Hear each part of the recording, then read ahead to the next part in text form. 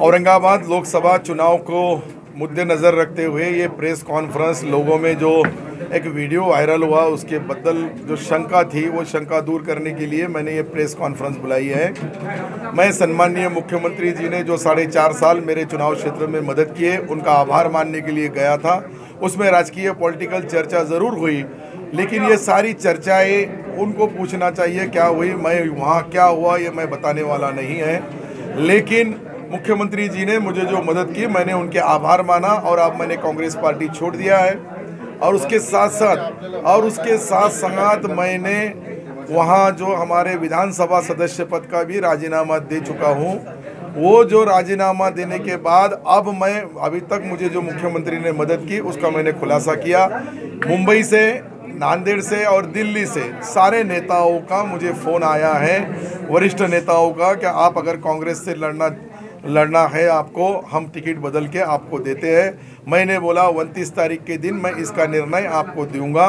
29 तारीख के दिन औरंगाबाद जो लोकसभा चुनाव क्षेत्र है इसके कार्यकर्ताओं का एक मेड़ावा बुलाया गया है।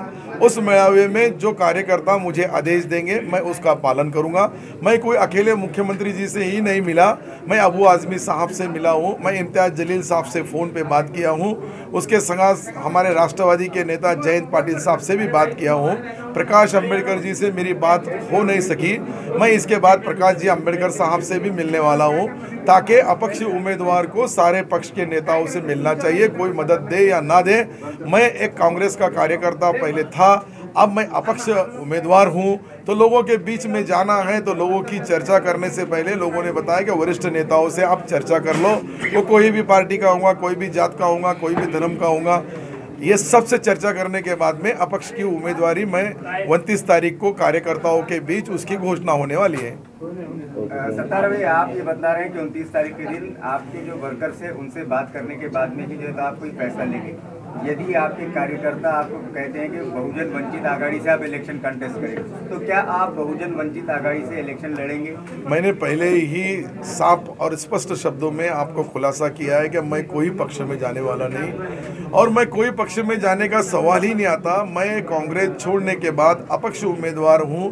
जब मैं सारे पक्षों से, सारे नेताओं से मिल रहा हूं, उसमें बहुजन वंचित आघाड़ी के नेताओं से भी रिक्वेस्ट करने वाला हूं, लेकिन कोई पार्टी में जाने वाला नहीं। मैं अपक्ष बोल के चुनाव लड़ूंगा और मेरे कार्यकर्ताओं ने अपक्ष नहीं बोले तो छोड़ दूंगा। जैसे यदि आपने भी बताया कि कांग्रेस को भी आपका जवाब दिया तो आपके वर्कर्स के जवाब पर ही रहेगा। वर्कर्स मैं कोई पार्टी से नहीं लड़ूंगा, मैं क्या बोले तुम समझ, कोई पार्टी में जाऊंगा नहीं, आप समझ रहे नहीं बात को। मैं आपने क्या बोला है कि तुम इनसे उम्मीदवारी लेंगे क्या, तो वो पार्टी में पहले जाना पड़ेगा जब भी उम्मीदवारी लेना पड़ेगी। तो मैं वो उम्मीदवारी, जब मैं कोई पार्टी में जाऊंगा नहीं तो उम्मीदवारी कांग्रेस का, मैं आज तक 36 साल से वर्कर हूँ, 20 साल से MLA हूँ, कई बार नगर अध्यक्ष रहा हूं और ये सारी समस्याएं जो है मैंने वरिष्ठ नेता के पास मेरी है।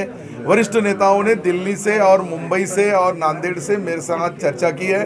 उनकी चर्चा में उन्होंने जो बताया वो भी आपके सामने मैंने स्पष्ट रखा है, क्योंकि उम्मीदवार ये भिखारी होता है और भिखारी को कोई भी दरवाजे पे भीख मांगना अपक्ष के लिए कोई बड़ी बात नहीं। मतदाता वही होते हैं जो मतदाता किसी न किसी पार्टी से कनेक्ट होते हैं, कुछ कार्यकर्ता कनेक्ट होते हैं। वो कल ये नहीं बोल सकते तुमने हमारे नेता को तो बोले ही नहीं, अब हम तुमको मतदान नहीं देते।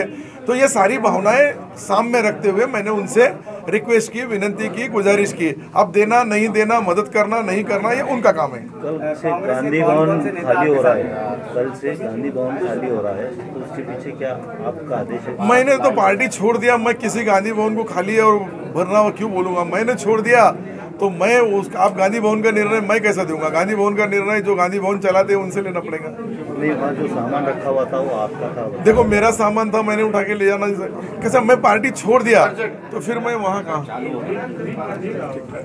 चलो, थैंक यू, धन्यवाद, शुक्रिया।